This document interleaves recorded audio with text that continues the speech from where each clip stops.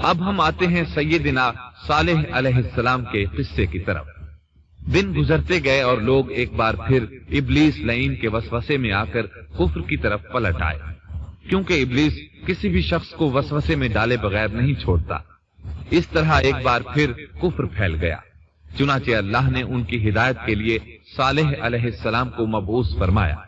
یہ سمود کے پوتوں میں سے ایک عربی نبی تھے۔ ان کا نسب نامہ اس طرح ہے: صالح بن عبید بن سیاف بن ماشح بن عبید بن حاضر بن سمود بن ارم بن سام بن نوح علیہ السلام۔ گویا صالح علیہ السلام کا تعلق قوم سمود سے تھا، اور یہ قوم عاد کی نسل سے تھی۔ سمود کی قوم نے یمن کو خیرباد کہا اور جزیرے سے شمال کی طرف منتقل ہو گئے، پھر وہاں ہجر نامی ایک بستی میں جا ٹھہرے۔ قرآن کریم کی سورۃ الحجر اسی بستی کے نام سے موسوم ہے۔ قوم عاد کا تذکرہ سورۃ الحجر کے علاوہ سورۃ الاحقاف اور سورہ ہود میں بھی ہے۔ اللہ تعالیٰ سورۃ الحجر آیت 80 میں فرماتے ہیں، اور ہجر والوں نے بھی رسولوں کو جھٹلایا۔ ہجر قوم سمود کا مرکزی شہر تھا۔ اب وہ مدائن صالح کے نام سے مشہور ہے۔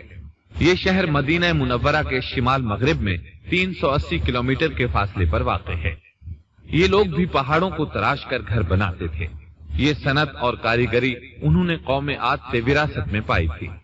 اللہ تعالیٰ سورۃ الفجر آیت 9 میں فرماتے ہیں، اور قوم سمود کے ساتھ کیا کیا جنہوں نے وادی میں بڑے بڑے پتھر تراشے تھے۔ قرآن مجید میں اللہ تعالیٰ ایک مقام پر فرماتے ہیں، اور ہم نے قوم عاد اور سمود کو غارت کیا جن کے بعض مکانات آپ کے سامنے ظاہر ہیں۔ ان کے مکانات ان کی تباہی سے لے کر اب تک موجود ہیں۔ شام کے راستے میں خیبر، تیما سے تبوک تک قوم سمود کے آثار پائے جاتے ہیں۔ یہ لوگ کس طرح پتھر تراش تراش کر گھر بناتے تھے، اللہ تعالیٰ نے سورۃ الاعراف آیت 74 میں اس کا ذکر کیا ہے۔ اس وقت کو یاد کرو جب اللہ تعالیٰ نے تمہیں قوم عاد کے بعد جانشین بنایا اور تمہیں زمین پر رہنے کا ٹھکانہ دیا کہ نرم زمین پر محل بناتے ہو اور پہاڑوں کو تراش تراش کر ان میں گھر بناتے ہو۔ سو اللہ کی نعمتوں کو یاد کرو اور زمین میں فساد مت پھیلاؤ۔ یہ آیت ان کی طاقت، جسم کی صلاحیت اور ماہر فن ہونے پر دلیل ہے۔ پہاڑوں کو تراشنا دراصل قوم عاد کی عادت تھی۔ یہ بھی چونکہ انہی سے تھے، اس لیے وراثت میں یہ کام انہیں بھی آ گیا تھا۔ جس طرح اللہ نے عاد کو اپنی نعمتوں سے نوازا تھا، اسی طرح سمود کو ان سے بڑھ کر نعمتیں دی تھی۔ اللہ تعالیٰ صالح علیہ السلام کی زبانی ان سے فرماتے ہیں، اے قوم سمود، کیا تمہیں ان چیزوں میں بے فکری سے رہنے دیا جائے گا، یعنی باغات، چشموں، کھیتوں اور کھجوروں میں جن کا خوشہ ملائم ہے، اور تم پہاڑوں کو تراش کر پرتکلف گھر بناتے ہو؟ بس اللہ سے ڈرو اور میرا کہنا مانو۔ لیکن ان لوگوں نے ہر طرح سے قوم عاد کی پیروی کی، نصیحت پکڑنے کی بجائے بتوں کی عبادت شروع کر دی۔ اللہ نے ان کے درمیان صالح علیہ السلام کو مبعوث فرمایا۔ آپ نبوت ملنے سے پہلے بھی عقل مند اور علم والے تھے، باعزت گھرانے سے تعلق رکھتے تھے، اپنے معاملات میں لوگ ان سے مشورے لیتے تھے، لہذا انہیں ایک خاص مقام حاصل تھا۔ لیکن جب آپ نے انہیں ایک اللہ پر ایمان لانے، اس کے سوا کسی کی عبادت نہ کرنے کی دعوت دی تو ان کا ساتھ چھوڑ گئے۔ جواب میں ان سے کہنے لگے، اے صالح، اس سے پہلے تو ہم تجھ سے بہت کچھ امیدیں لگائے ہوئے تھے۔ مطلب یہ کہ پہلے تو ہمارے نزدیک آپ کا بہت مرتبہ تھا، مقام تھا، ہمیں آپ سے بہت امیدیں تھیں، لیکن آپ نے تو یہ باتیں کہہ کر ہماری ساری امیدوں پر پانی پھیر دیا۔ ان کے اس جواب کے باوجود صالح علیہ السلام انہیں اللہ کی طرف بلاتے رہے اور ان سے کہتے رہے، اے میری قوم، اللہ کی عبادت کرو، اس کے سوا تمہارا کوئی معبود نہیں۔ تمام انبیاء کی اپنی اپنی قوم کو یہی دعوت تھی کہ اے لوگو، اللہ کی عبادت کرو، اسی نے تمہیں زمین سے پیدا کیا ہے، اسی نے تمہیں زمین میں آباد کیا ہے، اس سے معافی طلب کرو، یقیناً میرا رب قریب ہے اور دعاؤں کو قبول کرنے والا ہے۔ اے میری قوم، تم نیکی سے پہلے برائی کی جلدی کر رہے ہو، اللہ سے معافی کیوں نہیں مانگتے کہ تم پر رحم کیا جائے؟ اللہ سے ڈرو، میری اطاعت کرو، حد سے گزر جانے والے بے باک لوگوں کی اطاعت سے باز آؤ، وہ ملک میں فساد پھیلا رہے ہیں اور اصلاح نہیں کرتے۔ صالح علیہ السلام نے ہود علیہ السلام کی طرح اپنی قوم کو نصیحت کی लेकिन उन जालिमों ने भी इसी तरह कुफ्र किया जैसे कौम आद ने किया था। कहने लगे, ये कैसे हो सकता है कि हम अपने में से एक शख्स के ताबे हो जाएं? इस अकेले की इतनी ज्यादा फजीलत की आखिर क्या वजह है? हम नहीं मान सकते कि हम में सिर्फ इसी एक पर अल्लाह की बातें नाजिल होती हैं। फिर वो इससे भी आगे बढ़े और अल्लाह के नबी को खुले अल्फाज में परले दर्जे का झूठा कहा, जादूगर कहा। फिर ये सरकश और काफिर लोग सालेह अलैहिस्सलाम के साथ ईमान लाने वाले कमजोर गरीब लोगों को मुखातिब करके कहने लगे, क्या तुम सालेह पर ईमान रखते हो? हम तो इसके मुनकिर हैं। इस तरह सालेह अलैहिस्सलाम दिन रात उन्हें दावत देते रहे, यहाँ तक कि ये लोग सालेह अलैहिस्सलाम से कहने लगे, तुमने और तुम्हारे साथियों ने हमारे अंदर नहूसत फैला रखी है और इसीलिए हम मुश्किलात और मसाइब का शिकार हैं, लिहाजा तुम हमसे दूर हो जाओ। सालेह अलैहिस्सलाम ने उन्हें जवाब दिया, तुम पर नहूसत अल्लाह की तरफ से है, तुम फित्ने में पड़े हुए लोग हो। फिर इसके बाद वो लोग सालेह अलैहिस्सलाम से मुकम्मल तौर पर दुश्मनी करने लगे और उन्होंने आपको यहाँ तक कह दिया कि आप हमारी मजलिस में ना आया करें क्योंकि आप मनहूस हैं। फिर बात यहाँ तक पहुंची कि सालेह अलैहिस्सलाम ने उन्हें अल्लाह के अजाब से डराया, धमकाया और कहा, ऐ मेरी कौम के लोगों, जरा बतलाओ तो अगर मैं अपने रब की तरफ से किसी मजबूत दलील पर हुआ और उसने मुझे अपने पास से रहमत अता की हो, फिर मैंने उसकी नाफरमानी की, तो कौन है जो उसके मुकाबले में मेरी मदद करे? तुम तो मेरा नुकसान ही बढ़ा रहे हो। यानी फर्ज करो अगर मैं हक पर हुआ और यकीनन मैं हक पर हूँ और अल्लाह ताला ने मुझे अपनी नबूवत से भी नवाजा है, फिर भी मैं तुम्हारी बातों में आकर उसकी नाफरमानी करूं तो बिलाशुबा उस वक्त मैं घाटे में हूँगा और तुम भी खसारा पाने वाले होगे। इस पर वो जालिम लोग मुकाबले पर उतर आए, कहने लगे, अगर तू सच्चा है तो कोई मोजजा ले आ, लेकिन वो मोजजा हमारी मर्जी के मुताबिक हो। इस सूरत में हम जरूर ईमान ले आएंगे।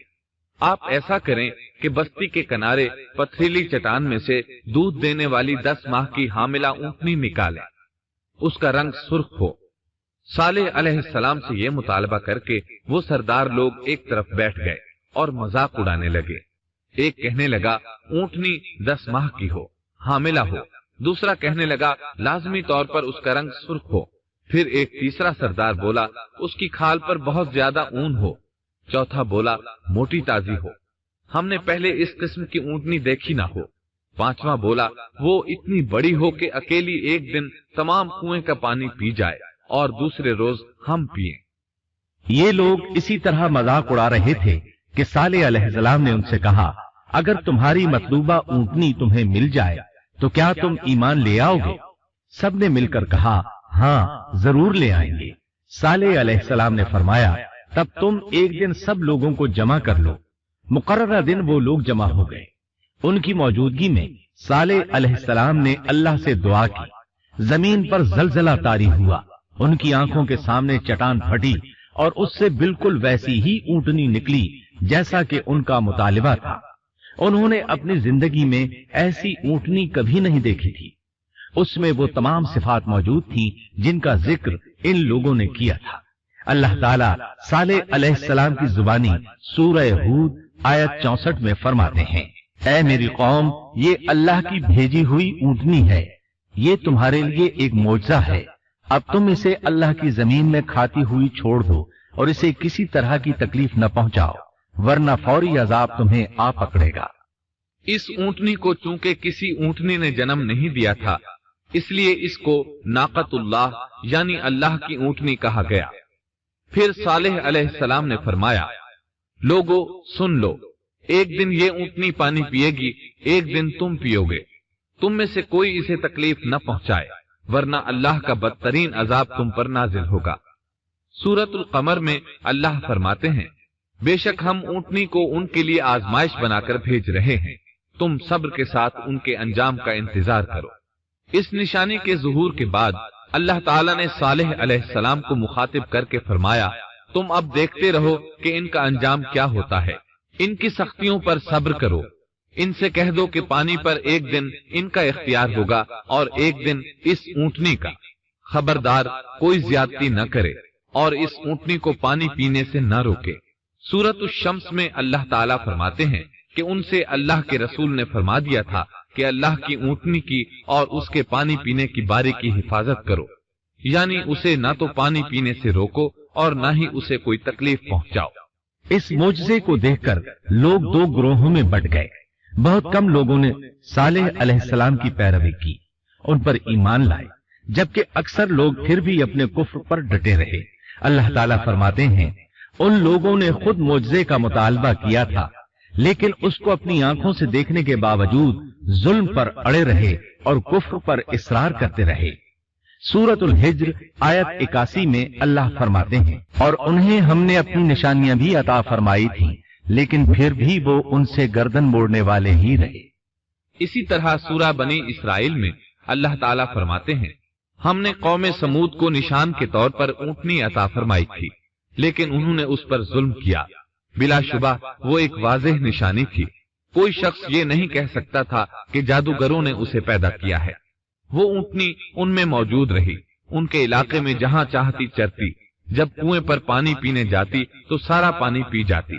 वो लोग उसका दूध पीते, दूध सबके लिए काफी हो जाता। उनकी आंखों के सामने उसने एक बच्चे को जन्म दिया। वो शक्ल सूरत में बिल्कुल अपनी माँ जैसा था। लोग उसे देखकर ताज्जुब करते। बच्चा ऊँटनी के साथ रहता। ये एक वाज़ेह निशानी थी। उस पर जादू का गुमान किया ही नहीं जा सकता था।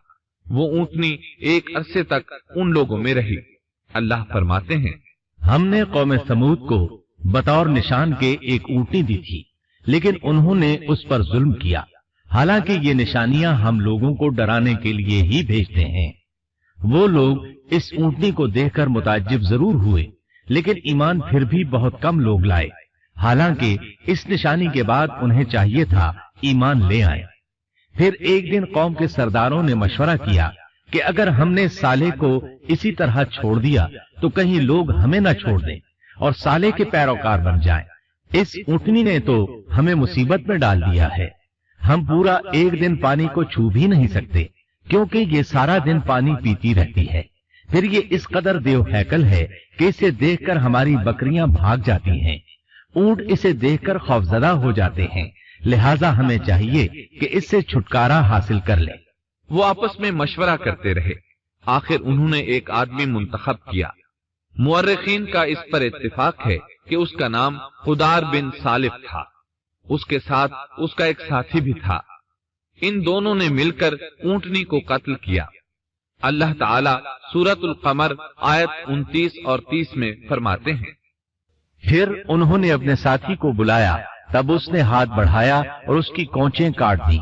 फिर देखा हमारा अजाब और डरावा कैसा था।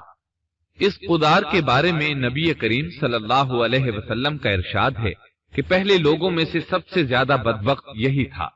अल्लाह ताला ने कुरान मजीद में उसका जिक्र यूं फरमाया है, फनादौ साहिबहुम, फिर उन्होंने अपने साथी को पुकारा। सूरत शम्स में अल्लाह फरमाते हैं, जब उनमें बड़ा बदबख्त शख्स उठ खड़ा हुआ।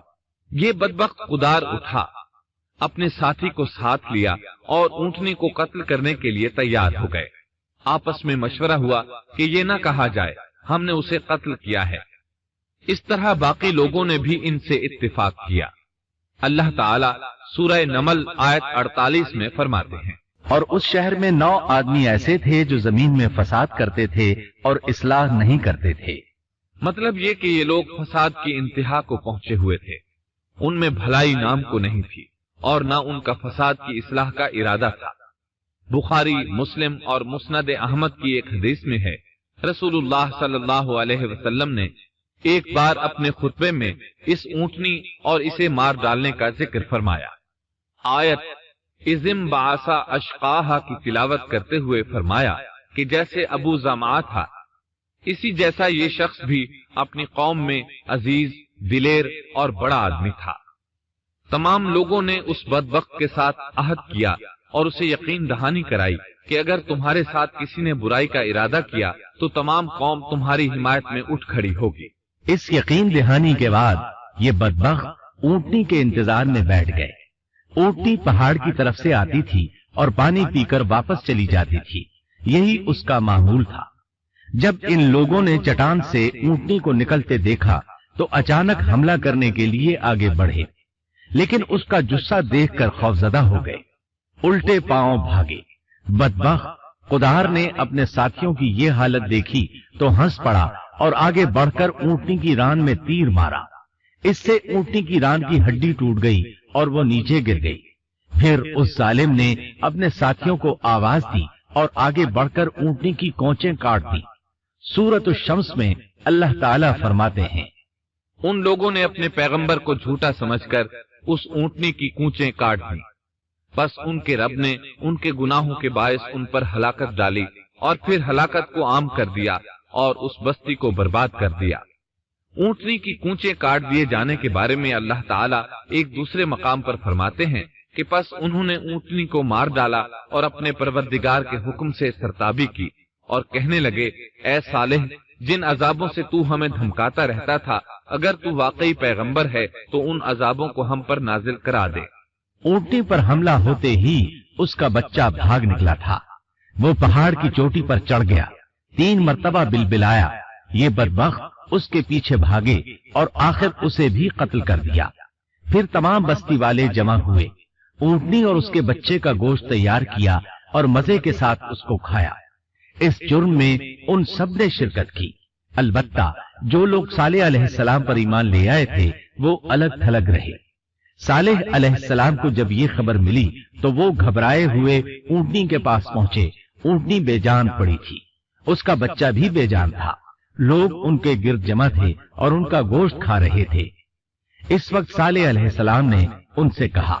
इस पर सालेह ने कहा कि अच्छा, तुम 3 दिन तक अपने घरों में रह सह लो, ये वादा झूठा नहीं है। मतलब ये कि तुम्हें सिर्फ 3 दिन की मोहलत है, इसके बाद तुम सब के सब हलाक किए जाओगे। वो सालेह अलैहिस्सलाम की बात को रद्द करते हुए उन्हें धमकियां देने लगे कि जिन अजाबों का तू हमसे वादा कर रहा है, अगर तू सच्चा है तो उनको हम पर नाजिल कर दे। इसके बाद वो जमा होकर मशवरा करने लगे कि आज रात सालेह को भी मार डालो। उनके इस मशवरे के बारे में अल्लाह ताला सूरतुन नमल आयात 48 और 49 में फरमाते हैं, इस शहर में 9 सरदार थे। वो जमीन में फसाद फैलाते रहते थे और इस्लाह नहीं करते थे। उन्होंने आपस में बड़ी बड़ी कस्में खा खा कर अहद किया कि रात ही को सालेह और उसके घर वालों पर छापा मारेंगे और उसके वारिसों से साफ कह देंगे कि हम उसके अहल की हलाकत के वक्त मौजूद नहीं थे और हम बिल्कुल सच्चे हैं।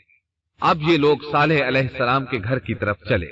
अल्लाह ताला सूरतुन नमल आयात 50 और 51 में फरमाते हैं, और उन्होंने एक दाव खेला, सो हमने भी एक ऐसा दाव खेला कि उन्हें खबर भी न हुई। फिर देखो कि उनके दाव का क्या अंजाम हुआ। हमने उन्हें और उनकी सारी कौम को हलाक कर दिया। सालेह अलैहिस्सलाम का घर पहाड़ की बुलंदी पर था। ये फसादी लोग अभी ऊपर चढ़ रहे थे कि जमीन हरकत करने लगी।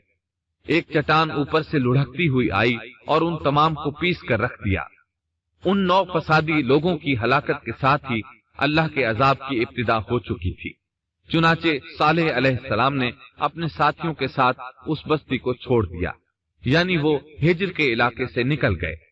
सुबह हुई तो लोगों ने एक अजीब मंजर देखा। कौम समूद के तमाम लोगों के चेहरे जर्द पड़ चुके थे। वो सब रोने लगे क्योंकि अजाब के आसार शुरू हो चुके थे। दूसरे दिन तमाम लोगों के चेहरे आग की तरह सुर्ख हो गए और तीसरे दिन तमाम के चेहरे स्याह हो चुके थे। अपनी ये हालत देखकर सब लोग रोने और चीख पुकार करने लगे, अपनी कब्रें खोदने लगे। अब उन्हें यकीन हो चुका था कि अजाब का वादा बरहक था। अल्लाह ताला ने उन्हें पहली कौमों की तरह एक किस्म का अजाब नहीं दिया था। जैसे कौम नूह को सिर्फ तूफान के जरिए हलाक किया गया, कौम आद को सिर्फ तूफानी हवा के जरिए हलाक किया गया, लेकिन कौम समूद को अल्लाह ताला ने तरह तरह के अजाबों से दो चार किया, इसलिए कि उन्होंने अपनी मतलूबा शर्त पूरी होने के बावजूद ईमान कबूल नहीं किया था। अजाब की इब्तिदा जलजले से हुई, जमीन हरकत करने लगी। इसकी वजह से वो लोग अपने घरों में औंधे के औंधे पड़े रह गए, उनमें उठने की ताकत तक न रही। फिर आसमान में सख्त कड़ाका हुआ, उसकी हौलनाक दहशत अंगेज चिंगाड़ ने उनके भेजे फाड़ कर रख दिए। एक ही लम्हे में एक साथ वो सब ढेर हो गए।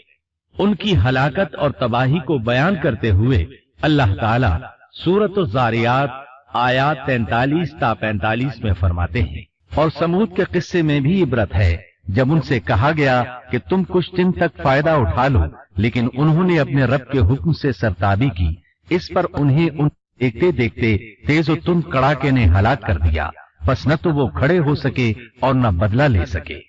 इसी तरह सूरह हूद में अल्लाह ताला ने उनकी तबाही का नक्शा इस तरह खींचा है कि एक जोर की कड़क ने उन जालिमों को आ लिया, फिर तो वो अपने घरों में जानू के बल मुर्दा पड़े रह गए, ऐसे गोया कि वो कभी आबाद ही न थे। सूरतुल कमर में अल्लाह ने उनकी रुसवाई इन अल्फाज में बयान की है, हमने उन पर एक चीख भेजी, फिर वो ऐसे हो गए जैसे कांटों की बाढ़ का चूरा। दूसरी तरफ सालेह अलैहिस्सलाम और उनके साथियों को अल्लाह ताला ने अपनी रहमत से नजात दी। अल्लाह ताला सूरह हूद आयत 66 में फरमाते हैं, फिर जब हमारा फरमान आ पहुंचा, हमने साले और उन पर ईमान लाने वालों को अपने फजल से उससे बचा लिया और उस दिन की रुसवाई से भी।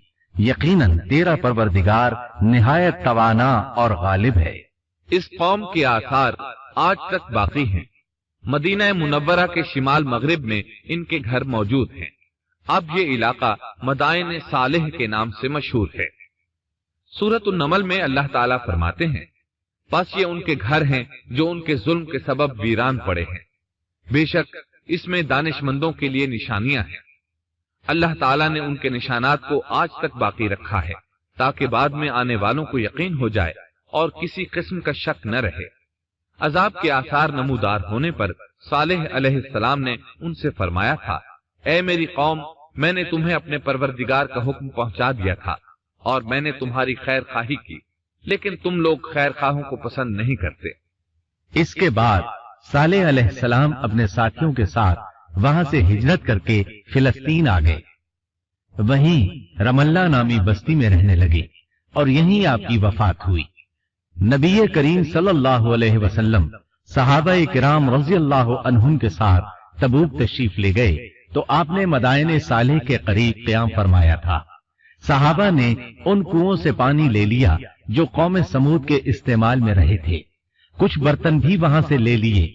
आपको पता चला तो आपने हुक्म फरमाया, इन बर्तनों को तोड़ दो और इस पानी को बहा दो और इस पानी से जो खाना तैयार किया है उसको उलट दो। आपने उन्हें उन घरों में दाखिल होने से भी रोक दिया जिनमें अल्लाह का अजाब नाजिल हुआ था।